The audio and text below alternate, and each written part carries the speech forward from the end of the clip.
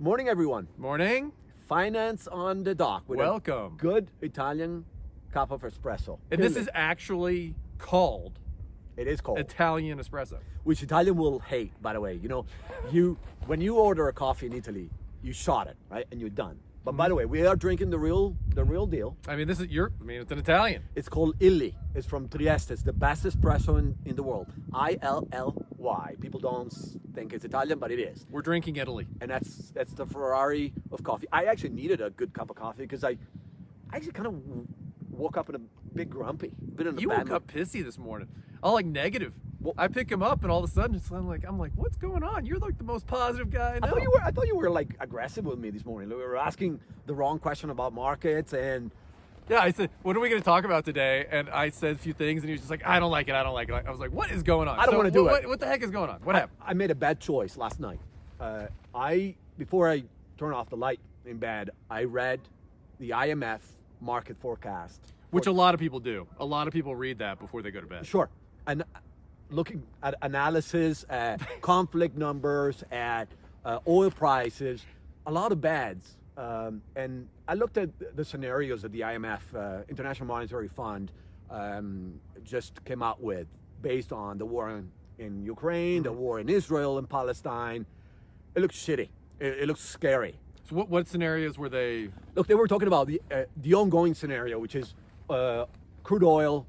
It's higher, $6-7 higher than before the conflict. We like low 90s now? I think it's 92, 91, 92 this morning. Right. So we already are in that scenario, which means between 500,000 to 1.5 million barrels have been removed from the market. High volatility, cost of living is higher, cost of food is going to stay high. Volatility is bad news for everybody.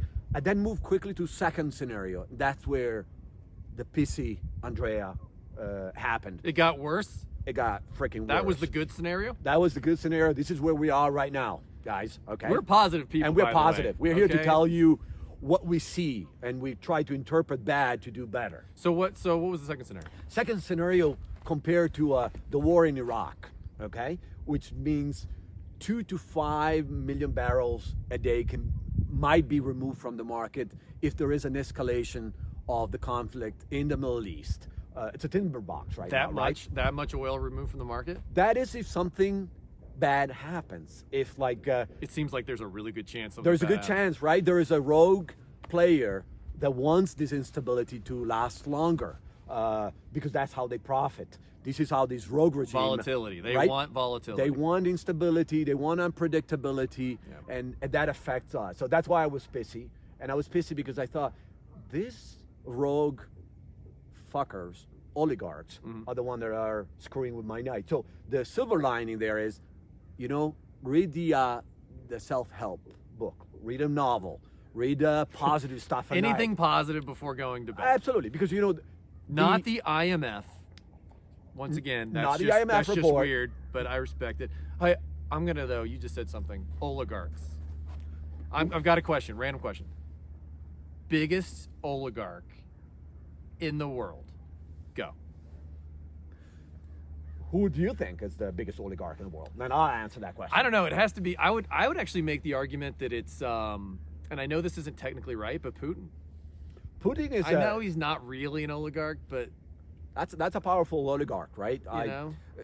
So that you know, oligarchs, by the way, it's a word that has been studied by Aristotle, like over 2,000 years ago. So it's an old Aristotle, word, really? right? Absolutely. It's basically people that control wealth, and they use wealth to get more influence, more power, and So it's using the money to get political gain. correct. So the oligarchs you're talking about, it's somebody that leverages political might to get wealth. More like a dictator. So Putin. Putin basically is a billionaire with nuclear weapons. Yes. That's what we're talking about. Yes. What's my biggest oligarch when I think about oligarchs? Elon Musk. Elon Musk became. Elon Musk. What? Hear me out. Okay. And- We start with IMF, and now we're going to. Okay, go. Elon Musk, and I like a lot of things that Elon Musk does. Elon Musk became an oligarch the moment he bought Twitter, because that gave him massive political tools to influence the market. So that's a billionaire with the political tools that he now has. So a lot of the information that comes out of Elon Musk's, it's actually not real, but that still moves the market. Think of Ronaldo. Cristiano Ronaldo has 600 million followers on Instagram. Does he move the market? He does. Remember that spot? That was a good mistake he makes during an ad. He actually had a can of Coke in front of him, and he actually removed the can of Coke, like kind of almost rejecting that beverage.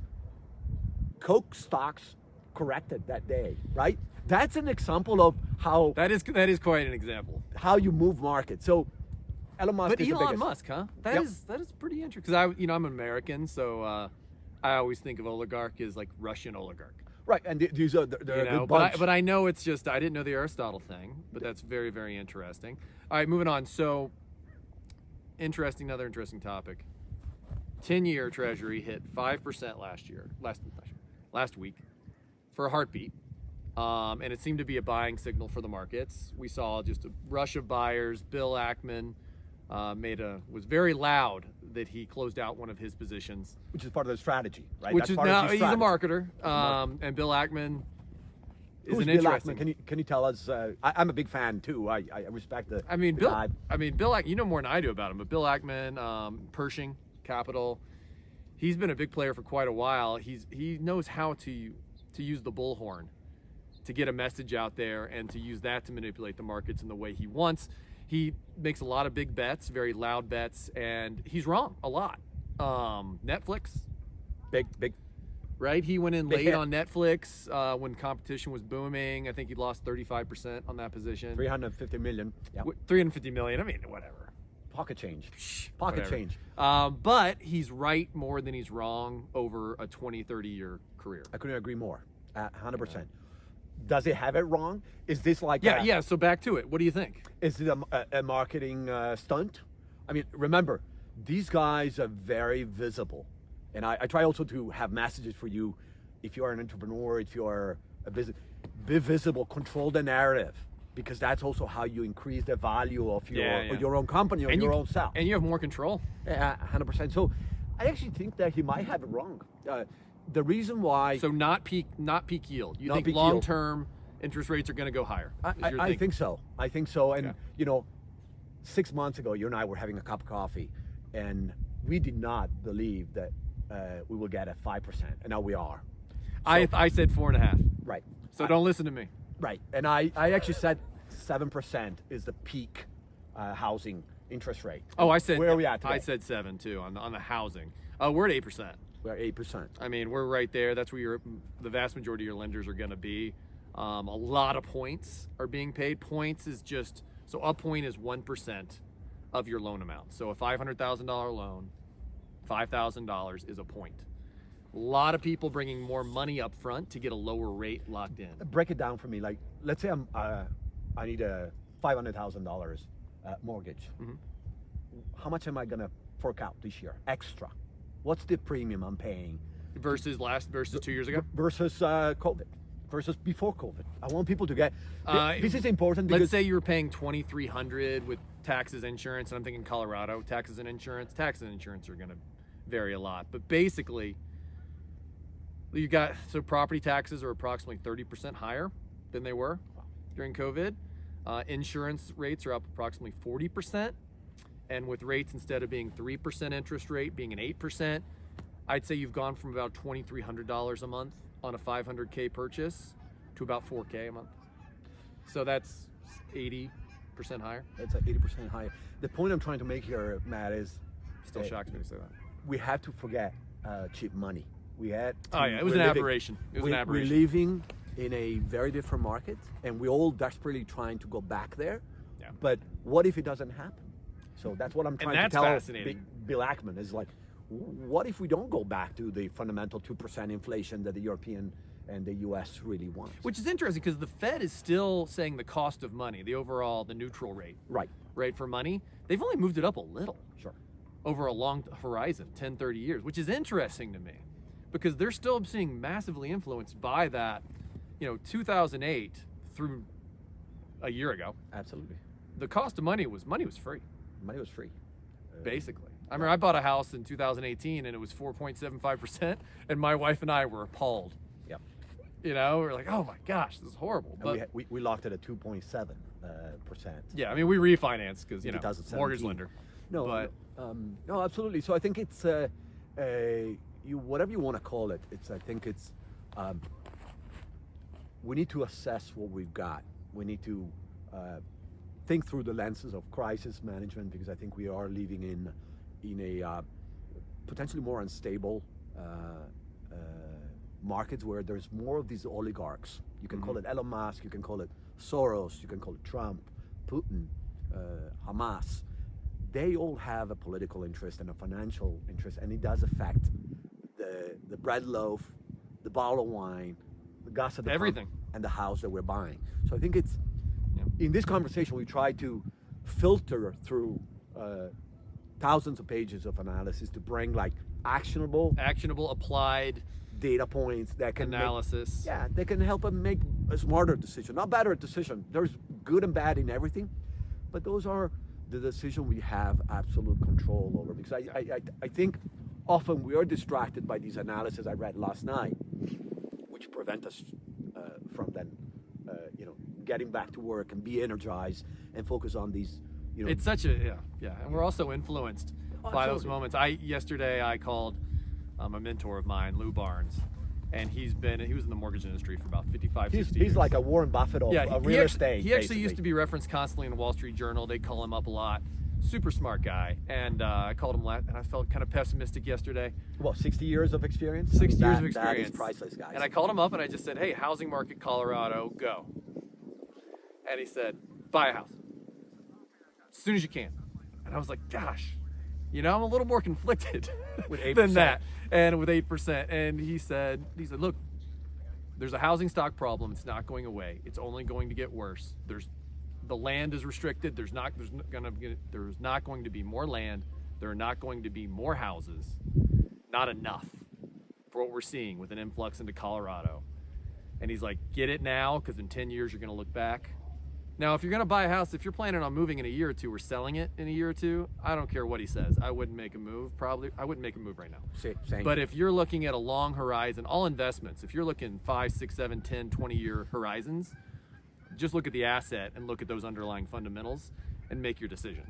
And I would say that applies to probably the broader Midwest, as reference to the housing. Yeah. Look, I think I go back to Buffett, classic that you and I both love, like, don't bet against America. I got like hundreds of calls since the conflict started in Israel. See, this is how global economies are connected. I got calls from France, Italy, the UK, say we want to buy a house in the US. In the US, in Colorado, in Kansas, in Georgia, because Talk this about is an the advantage. safest. And by the way, we haven't talked about much an about advantage. this. This morning I was actually talking to CNN in the Middle East, and they asked me, what are you seeing that nobody's talking about? Capital flight. A lot of capital leaving not just the Middle East, Europe, towards America. And where's the safety? America, North America, Canada, and the US. So again, that's fascinating. we're comfortable talking about the discomfortable things, right? That's fascinating. But this is a hot market. That's also why we see consumption high, I think. This is why we see people are continuing to be bullish. This is an interesting data point I saw this morning. Startup creation in the US since 2022 are skyrocketing.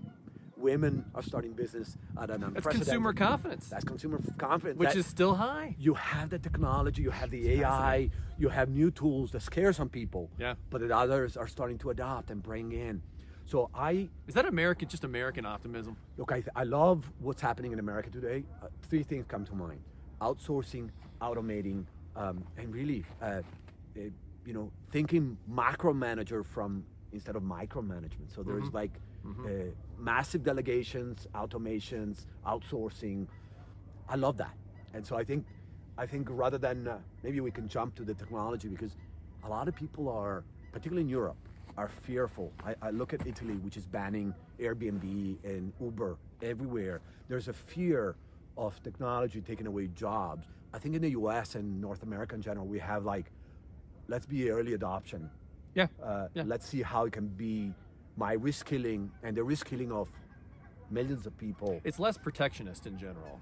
100%. You know, which is the opposite of, you know, like a Donald. Like it's interesting to see the Republicans become more protectionist. That is That, fascinating. I mean, it's been fascinating to see. I mean, through history, I'm a history buff. Through history, the American parties they take turns taking sides. They flip flop constantly about who's protectionist, who isn't, Right. who's pro business, who isn't, who's pro immigrant, who isn't. It's really interesting to watch it right now, moving the Republicans so strongly into the protectionist camp. Especially, it's a form of populism, but is. especially looking at Donald Trump. And he said the other day he wants 10% tariffs on everything. Yeah. Everything. Which is, I think Hamilton did that Right. back in the day. Right. But the idea is he wants to promote more diversity in manufacturing and reshoring in the U.S. What do you think about that? Look, I think it's populism, right? It's populism on steroids. I think to some extent the U.S. and Europe and Canada have already reshored some of the critical manufacturing, the critical R&D, the critical. Let's regionalize. People don't know actually that the U.S. in October is pumping 13.6 million. We're a net exporter. 13,600,000 barrel of oil a day, the largest producer in the It's world. amazing, isn't it? That's an example of how the U.S., since actually Obama took over, had become a net exporter of oil, and Talk about a shift from 20 not, years not ago. needing to police the oil corridor to keep the the oil tanker safe. Say, let's do it at home. I think Our this biggest issue is refining, like similarly- refinery capacity. 100%. So I would say similarly, if you look at mineral critical metals, you'll see Americanizations of that industry where we want to be dependent on countries we have control over. We Yeah. have similar culture. Yeah. We have. So I'm not surprised by Trump's statement. I think the U.S. is producing a lot more than it was 10 years ago. Also because there is a lot more rogue players out there. But economists are coming out and saying, like, oh, that's, I mean, almost universally. Economists say that's insane. That is a massive tax on the American consumer. Anarchy for the economy if this happened. Do you agree with that? Yes and no. Look, I think we want to build better buffer. The reason why I'm saying 13,600,000 barrels a day. Look, the U.S. has increased its storage capacity so that if we need to unload 3 million additional barrels a day to bring prices down, to keep inflation down, we'll do that. 10 years ago, we couldn't do it. Yeah. So I think which is important to have strategic reserves so that when an election is right around the corner and you're president, you can release those reserves can and drive release down those- energy prices at just the Absolutely, right and time. win the right votes. So what has China done this week? They banned all exports of graphite. Graphite is a critical metal that goes it's massive. into the battery. Batteries. Without it, I mean, and- some say you cannot. They've been trying to get around that, but it doesn't seem like they've been able to. So that's Crack why that nut. I think it's important to think. Look, some of these politics are still going to be out there. Yeah. I think having more control on your supply chain, it's the biggest story after COVID, right? We don't want to be over dependent on Supply chain shocks. Like, talk about lit the fire of inflation. in the United Absolutely, States. absolutely, and it's not just politics. It's also climate shocks. It's natural disasters. So I think it's important that we regionalize as much as possible, and we de-risk our decision making by better understanding the costs of not doing some of these or pushing some of these policies. So I think, and this goes back to what your wife and my wife always tells us. So they say, just Our wives are amazing, by the way. If you're watching this, we they love are the you. best. They are the best. They are. And my wife often tells me, you got to learn from the Italians. They tell you before you open your mouth, shut up and listen. I love that. Which is like, if you're listening. That is you're not how learning. the men in my family work, by the way. Well, We should, though. No, That's the smart point. That's one of the first things you learn in Venice as you grow up, like in dialect, which is like prima di parlare tasi, which is like, before you open your mouth, really shut up. and yeah. listen. And Think when- before you talk. Think before you talk. Or others will say, you better shut up and make few people around you think that you're stupid than speaking up. and kind of proving it to everyone. Oftentimes, the quietest person in the room is the most powerful and smartest person. I mean, I love that movie. What was it? Frank Lucas, American Gangster. oh, American Gangster. American Gangster. Classic. Denzel Washington. Such a good movie. Amazing. Love that movie. Live lesson, right? Love that movie. He actually approaches his brother, who's like he has a very loud Suit on. suit on, colorful. It's like 70s. And he- 70s. Yeah, exactly. Tony Montana, like Scarface Yeah, type of. And yeah. he tells him the loudest person in the room is the weakest person in the room. I think that is applicable to negotiation, right? You negotiate with your client all the time, and sometimes the less you talk, right? You go Sicilian, as we say in Italy. You don't talk. You don't show your cards. Yep. 100%. That's scary, right? The person who doesn't talk often is the most prepared, the most Yeah. powerful. He doesn't say I, he says we, even when he's alone, right? Because that's part of the strategy The of royal we, man. that is very, very powerful.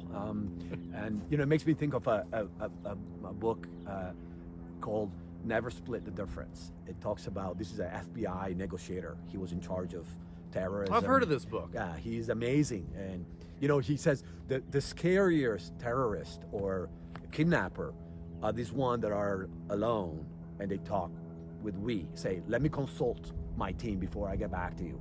These are the planners. These are the ones that don't reveal their strategy or their cards, Yeah. but they understand how to leverage the power of silence. And I would say, Matt, in a noisy time that we're living in, where everything is social, everything is shared, silence is an asset, right? I guess we should leave it at that then. Silence is an asset. We'll see you next week. Take care, guys. Ciao, ciao.